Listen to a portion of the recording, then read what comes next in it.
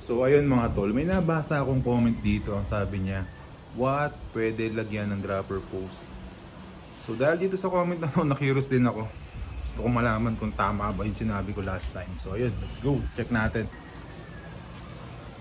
Kuhanan lang natin sa loob ng bodega ko yung frame. Buo na pala yung ring set. Pwede na itayo si Sexy.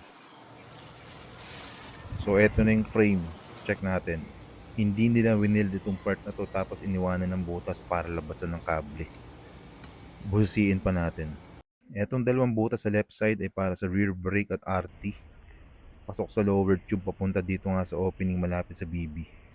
Tapos yung kanan na butas naman para sa dropper ata or FD kung magtubay ka. Maoobserbahan din dito na may guide para sa kable. Mukhang para sa FD nga ito.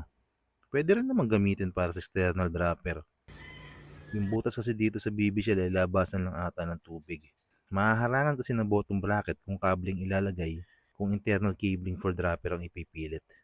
Ideally, may butas sana dito sa bilog kung internal cable for dropper ang hanap. Pero dahil wala, hindi naman ibig sabihin hindi na pwede mag-dropper. Pwede pa rin naman, external cabling nga lang. So yun, salamat sa comment mo bro. Napacheck din ako, malaking tulong. Follow for more. Comment naman yung mga naka-crazy boost dyan na may naka-install na dropper post. Let's go!